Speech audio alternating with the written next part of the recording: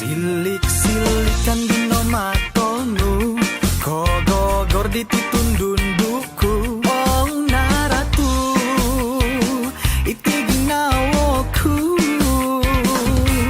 Assalamualaikum dan hai. Okey, baiklah. Dalam video ini kami akan bentangkan tentang etnik Bajau.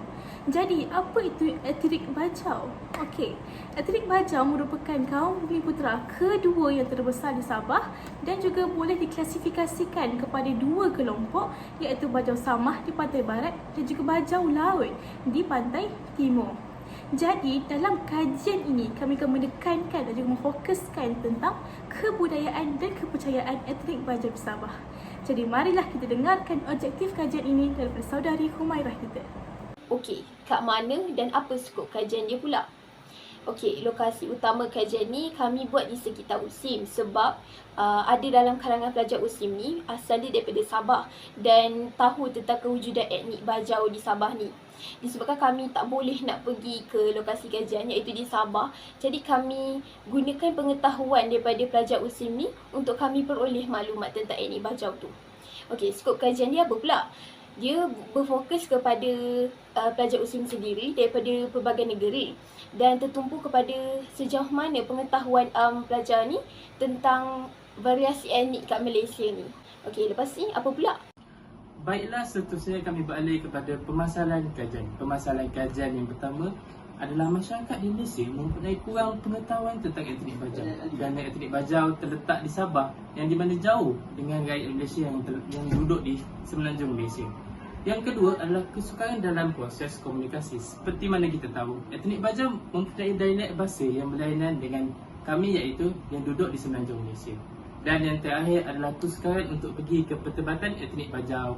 Etnik Bajau terletak di Sabah yang di mana dia akan menyebabkan kami menggunakan kos yang banyak dan sukar untuk pergi ke etnik Bajau iaitu Sabah.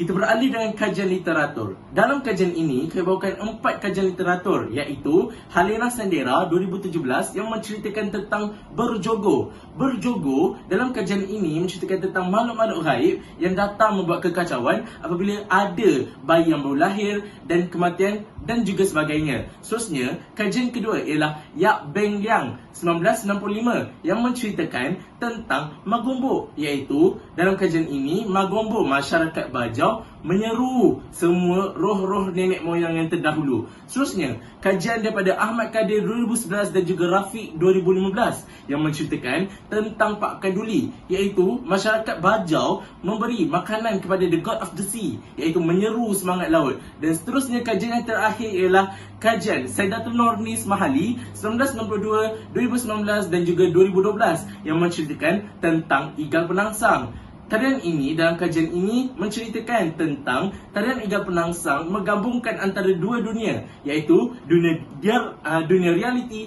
dan juga dunia gaib. Seterusnya, baik, seterusnya kita pergi ke bahagian metodologi kajian. Kajian ini kita telah jalankan dengan menggunakan dua kaedah. Yang pertama soal selidik dan yang kedua temu bual. Soal selidik ini telah dijalankan secara atas talian dengan menggunakan aplikasi Google Form dan telah direspon seramai 70 orang pelajar Universiti Sains Islam Malaysia sebagai responden. Dan temu bual dijalankan terhadap 3 orang pelajar Universiti Sains Islam Malaysia iaitu USIM yang berasal daripada Sabah. Bagi hasil dapatan kajian, ia merupakan hasil daripada soal selidik yang telah kami jalankan melalui aplikasi Google Form. Soalan pertama yang kami ajukan adalah untuk mengetahui peratusan masyarakat setempat yang sedar akan kewujudan etnik Bajau dan majoriti iaitu seramai 61 orang pelajar Universiti Sains Islam Malaysia daripada 70 orang responden yang sedar akan kewujudan etnik Bajau. Soalan kedua kami ajukan adalah untuk mengetahui budaya apakah yang diketahui oleh masyarakat setempat tentang etnik Bajau. Dan majoriti iaitu seramai 44 orang tidak tahu satu pun tentang budaya yang telah kami kemukakan, iaitu budaya berjogo, Magombok, Pak Kanduli dan tarian Penangsang. Soalan ketiga yang diajukan kepada responden adalah adakah mereka berpendapat etnik Bajau merupakan etnik yang menarik dan juga unik? Dan majoriti daripada responden berpendapat bahawa etnik Bajau ini merupakan etnik yang menarik dan juga unik. Dan soalan terakhir diajukan kepada responden adalah, adakah mereka iaitu masyarakat setempat pernah melawat masyarakat Bajau di Sabah? Dan majoriti daripada responden tidak pernah melawat masyarakat Bajau di Sabah, terutamanya di pusat pelancongan iaitu Semporna. Seterusnya adalah sejarah tentang asal-usul etnik Bajau. Asal-usul etnik Bajau datangnya dari selatan Filipina dan etnik Bajau berkait rapat dengan seorang pemuda yang bernama Seliang Gaya Bungsu. Seliang Gaya Bungsu berkahwin dengan seorang wanita yang duduk di Sambuanga dan mereka membentuk satu keluarga yang di mana mereka adalah asal-usul etnik Bajau iaitu di Semporna Sabah. Kemudian etnik Bajau sebar ke seluruh kepulauan Borneo dan hingga kini kaum Bajau terkenal dengan kemahiran mereka di laut dan di darat, dan hingga kini juga masyarakat kaum Bajau masih berkembang tanpa meninggalkan budaya dan adat mereka. Baiklah, seterusnya. Okey, budaya dan kepercayaan yang pertama, adat berjogo. Adat berjogo ni apa? Maksudnya berjaga, yang merupakan salah satu adat kematian. Bila dia dilakukan? Dilakukan dalam 3 keadaan, sama ada selepas kelahiran, sewaktu sakit tenat atau meninggal dunia. Tujuannya untuk jaga si bayi, si sakit tenat dan si mati daripada diganggu oleh balan-balan. Balan-balan ni apa? Balan-balan ni sejenis makhluk yang menyerupai syaitan jadian, yang mana dia akan bunuh si sakit tenat dan si bayi untuk dijadikan santapan. Berapa lama berjogo ni dilakukan? Dia dilakukan selama 7 hari 7 malam secara bergilir-gilir untuk menjaga bengkai-bengkaian. Bengkai-bengkaian tu apa? Bengkai-bengkaian tu tikar. Mereka hampakan di tengah rumah dan diletakkan di atasnya baju-baju si mati sebagai tanda berkabung. Jadi, kalau korang nak tahu, etnik Bajau masih mempertahankan adat berjogo ni kerana takut ditimpa musibah kalau tak percaya kepercayaan nenek moyang mereka. Sabar, ada lagi tau. Jom dengar. Budaya Magombok. Budaya Magombok ni ialah satu ritual perubatan yang dijalankan oleh etnik Bajau, dan mereka jalankannya adalah untuk memastikan cucu cicit mereka ini dijaga dan diberkati oleh roh nenek moyang mereka yang terdahulu, dan untuk memastikan mereka dapat menjalani kehidupan dengan penuh sejahtera. Okey, di sebelah ini saya sertakan terhadap siapakah ritual ini dijalankan dan apakah kepercayaan mereka terhadap ritual ni. Okey, seterusnya akan terangkan sedikit cara-cara mereka menjalankan ritual Magombok ni. Pertama sekali, mereka akan bergotong royong sebelum upacara ini dimulakan, dan akan ada mantra khas yang dibaca terhadap pesakit-pesakit. Okey, dan budaya ini masih diamalkan sehingga sekarang kerana etnik Bajau percaya yang ritual ini mempunyai kesan yang sangat efektif terhadap hidup mereka. Pakan Duli. Apakah itu majlis Pakan Duli? Pakan ini merupakan ritual tahunan iaitu berupa menghantar sembah kepada Tuan Laut, semangat laut ataupun Ghost of the Sea. Dan juga hasil tangkapan ikan yang lumayan akan dihantar oleh Tuan Laut, dan juga Tuan Laut tidak akan mengganggu nelayan Bajau yang ingin bekerja, berlayar di lautan.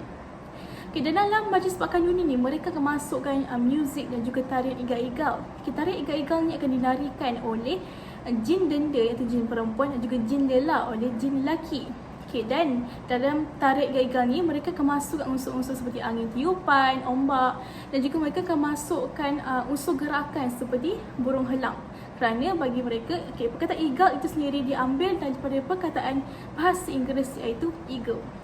Dan majlis Pakan Duli ni akan diakhiri dengan permainan tradisi iaitu mang besok kalat, tarik tali, mak sipa, sepak takraw, laksu, lompat dan juga mak dundang itu mainan buayan. Dan ini merupakan permainan kesukaan oleh Tuan Laut, Dayang Mangilan dan juga anak-anak mereka.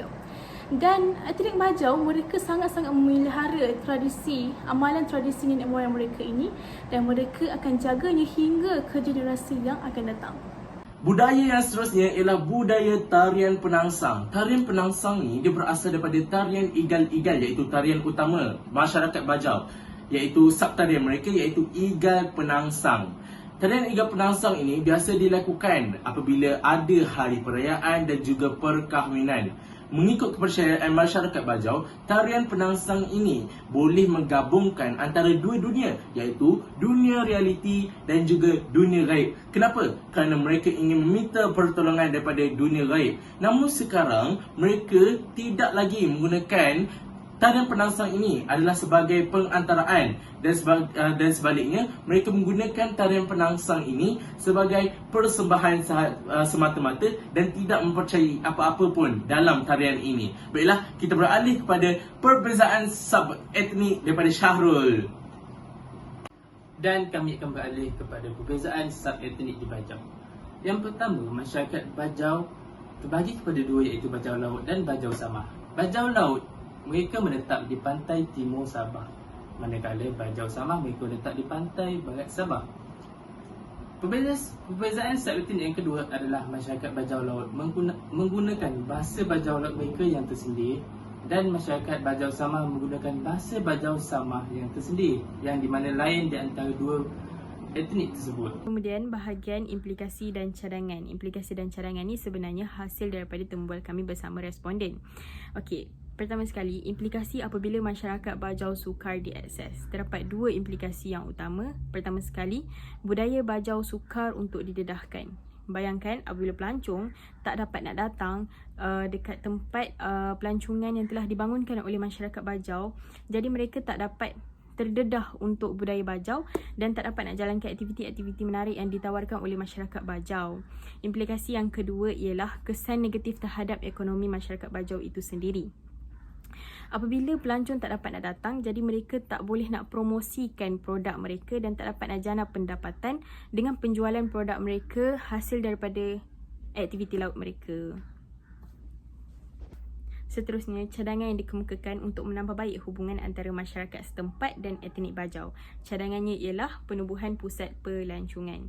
Sebab apa cadangan dikemukakan? Sebab pusat pelancongan ni akan jadi satu tempat yang paling sesuai untuk pelancong belajar tentang budaya Bajau.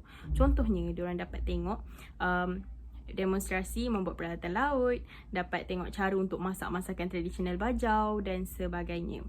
Jadi, bila pelancong ramai belajar tentang budaya Bajau dan etnik Bajau ni dapat jadikan budaya mereka sebagai satu tarikan pelancong. Dan bila pelancong ramai datang melawat masyarakat Bajau, etnik Bajau ni dapat menjana pendapatan dengan menjual produk hasil daripada aktiviti laut mereka serta dapat memperbaiki ekonomi mereka sendiri. Seterusnya, saya serahkan kepada saudara Ash. Yang terakhir sekali ialah kesimpulan daripada kajian kami, iaitu tak ramai sebenarnya rakyat Malaysia yang mengetahui tentang kewujudan etnik Bajau. Buktinya, sebanyak 12.9% warga negara Malaysia tidak mengetahui tentang kewujudan etnik Bajau. Dan kami sarankan supaya etnik Bajau yang sangat unik ini diperkenalkan ke seantero dunia, terutama sekali golongan muda, kerana perkara inilah yang menggambarkan etika dan juga peradaban sesebuah negara. Bahagian yang terakhir ialah bahagian lampiran. Bahagian lampiran ini kami sertakan gambar-gambar hasil daripada dapatan kajian, iaitu soal sidik yang telah kami jalankan, dan ini adalah cara tapai yang kami dapat secara automatik melalui aplikasi Google Form. Okey, seterusnya sebanyak 6 laman web yang telah kami layari sepanjang menjalankan kajian ini untuk menambahkan lagi pengetahuan kami tentang etnik Bajau, dan berikut merupakan laman web yang telah kami layari. Saya rasa sekian itu sahaja daripada kami, kumpulan 3. Terima kasih.